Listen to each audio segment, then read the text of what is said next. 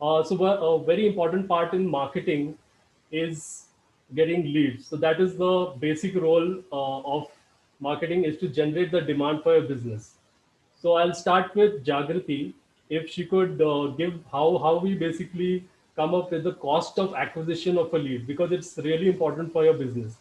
So Jagriti, if you could a little bit elaborate on how a business, if you can take an example of they come up with the cost of acquisition for a particular lead.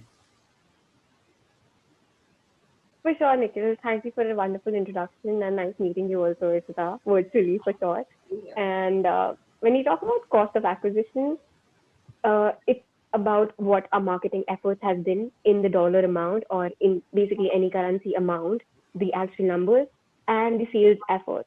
So you club in all the marketing effort and divide it by the actual leads generated.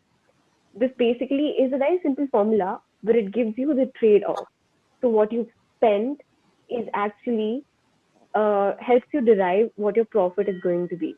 Let's say, maybe taking an example of HubSpot. So HubSpot maybe spends 5,000 or 25,000 to generate leads through their online advertisements and Google AdWords and all that stuff. And then they spend another 25,000 to convert those warm leads through their Salesforce efforts. So that gives us a total of about 50,000, and they probably just generated, for the sake of simplification, only 10 leads. So that means 50,000 divided by 10, they were only able to generate five. They were having a cost of acquisition of 5,000 per lead. So let's say if this lead was spending about 25,000 for their software subscription, 5,000, they earn 25,000 per lead, but they also spent 5,000 to get that lead in the first place. So you deduct that, and the actual 20,000 is not the total profit, but what they've earned out of their advertisement effort. So that is the cost of acquisition.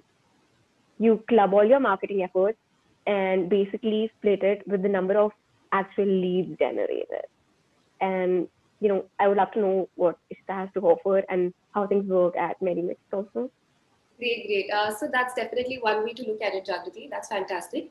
But how high I have been doing throughout in my entire agency and my branding career is, it has been deferred basis various brands and industries. There hasn't been really that I have seen that there's one approach that will be validated, that will be a valid approach for all of these brands.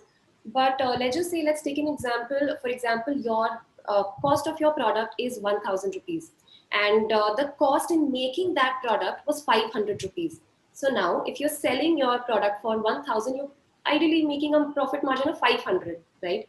But to be able to sell that product, you need to understand how much profit will you be able to derive after spending some amount of money in lead generation, right? So now, let's just say that, for example, I had run one of these lead generation campaigns for one of the B2B clients. It was a similar model to India Mart, but they were into grocery selling, and so there we had to get the leads for all of the B2B clients. So now there were a lot of multiple channels that we had targeted. We had run lead generation campaign on Google, on Facebook, Instagram, on LinkedIn, and on YouTube. So one thing that we kind of realized throughout running the campaign was LinkedIn gave us very expensive leads, but not very high quality leads. Facebook, for that matter, Facebook and Instagram, for that matter, they gave us variety of leads. There were a huge pool of leads that used to come in every single day and at very cheap prices. And at the same time, Google and YouTube gave us uh, kind of expensive leads, but they were really good quality leads.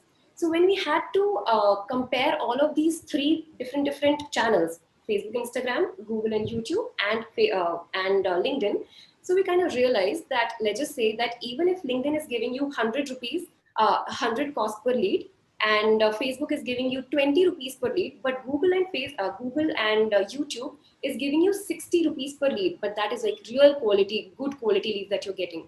So you would rather spend on Google and YouTube because you know that that's kind of a worth that you're getting from that particular platform. So I think for each and every brand to be able to acquire, to be able to understand what is the ideal cost of acquisition for that particular brand, it's very crucial that you test all of the platforms to be able to understand what is fetching you the maximum results. And if, for example, like I said, that if your product is worth rupees 100 and if your cost per lead is also coming out to be 100, then it doesn't make sense for you to choose that particular platform because you're not fetching any profit out of it. So you have to understand that you also have to optimize all of those platforms to be able to also get the profit margin. Great. I That's very think interesting. yes. Is that Yeah, Yeah. I would just like to add that it's amazing that you kind of pointed out the demarcations between all these social media platforms, because it was interesting for me also to understand that each of these platforms has a different CPC. And when people actually start into their careers, they kind of, mix CPCs, the cost per click versus the cost per acquisition. Not Absolutely. every person who clicks on your ad is going to convert into a lead or a customer. So Yeah. that also becomes a very, a test trial run. Yeah. And from there on, you kind of figure out what works for your brand. And of course, the cost for every product is going to be different.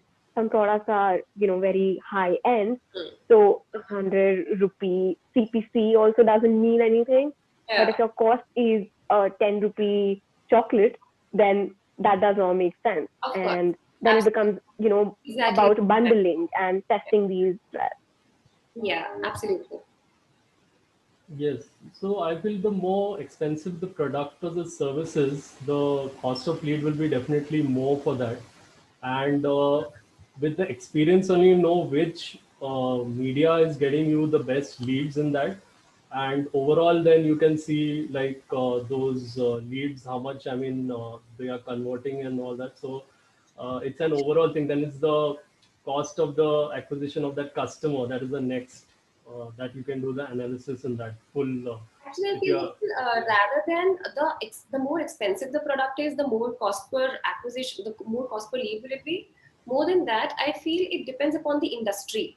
So, for example, like if we take an example of an FMCG industry, the cost per leads get really, really cheap because it's huge. You will also be using the same product. I'll also be using the same product, and so will Jagriti. But when it comes to very niche target market, for example, any SaaS product for that matter, or my brand for that matter, Medi Magic, which have a very specific target group of audience, then you have to play really smart to be able to optimize, to be able to get an optimal cost of lead. So great.